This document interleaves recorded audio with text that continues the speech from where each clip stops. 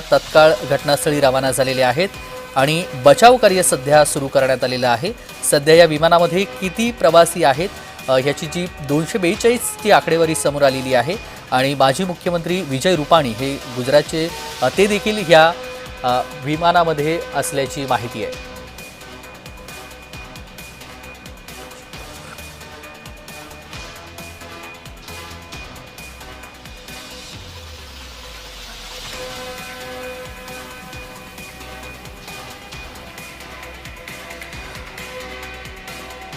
आपल्यासोबत अभिजित अडसूळ जोडले गेलेले आहेत। अभिजित जी, आपण गुजरातची ही घटना पाहिलेली आहे ज्याच्यामध्ये शक्यता वर्तवली जात आहेत मोठ्या प्रमाणामध्ये जीवितहानी झालेली आहे, वित्तहानी झालेली आहे। मात्र तुम्हाला काय वाटतंय नेमका हा अपघात का झाला असावा? ऍक्च्युली अजूनही तशा पद्धतीची माहिती माझ्याकडे आलेली नाही। आता जस्ट आपल्या मार्फतच मला कळतंय, मी सुद्धा ट्रॅव्हलिंग मध्ये आहे। परंतु ज्या पद्धतीने सांगितलं जातं की टेक ऑफ नंतर, कारण टेक ऑफ नंतरचा नॉर्मली पार्ट जो असतो आपलं लँडिंग गिअर अप करणं किंवा एरोडायनामिक तुमचे फ्लॅप्स वगैरे जे डाऊन असतात ते अप करून क्लाइंब फेस मध्ये नॉर्मली जवळजवळ एक 20 ते 25 मिनिट आपण क्लाइंब फेस मध्ये असतो। एकतर त्यामध्ये टेक्निकल म्हणजे एकतर इंजिनशी रिलेटेड काही प्रॉब्लेम झाला असावा, अन्यथा एरोडायनामिक्सचा कुठला ना कुठला एखाद्या पार्टचा कुठला ना कुठला प्रॉब्लेम झालेला असावा।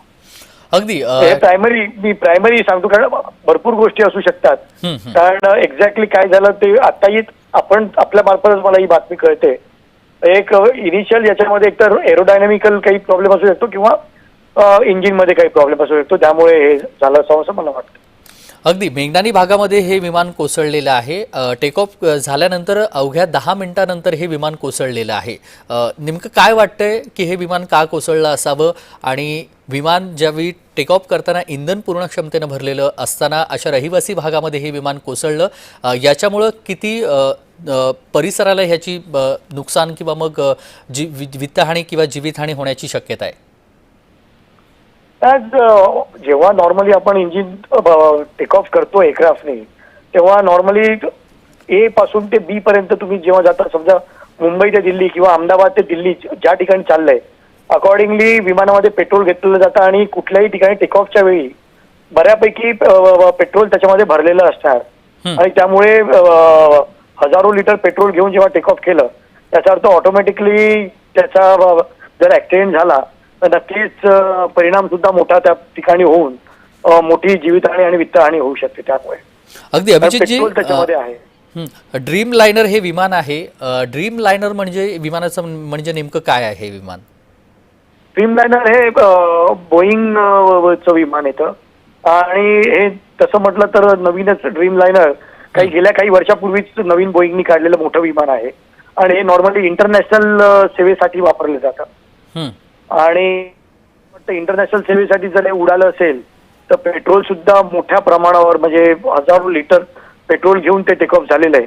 आता नक्की सांगता येणार नाही कशामुळे तो ऍक्सिडेंट झाला, परंतु जे मी सांगितलं प्रायमरी आपण हेच सांगू शकतो, एकतर इंजिन फेलियर, एकतर त्याच्यामध्ये कारण 2 इंजिन आहेत, एक इंजिन जरी फेल झालं तरी सुद्धा एअरक्राफ्ट फ्लाय करू शकतं एका इंजिनवर, त्याच्या प्रोसिजर आहेत। परंतु एकतर दोन्ही इंजिन फेलियर होणं अथवा त्यामध्ये दुसरा एरोडायनामिकल तुमचा कुठला प्रॉब्लेम होणं, ज्याच्यामुळे मागे आपण जर पाहिलं असेल की 737 मॅक्स जेव्हा टेक ऑफ व्हायचे आणि तेव्हाच त्यांचा अँगल ऑफ अटॅक मध्ये तो जो सेन्सर मध्ये प्रॉब्लेम होता आणि त्याच्यामुळे 3 प्लेन क्रॅश झाले होते।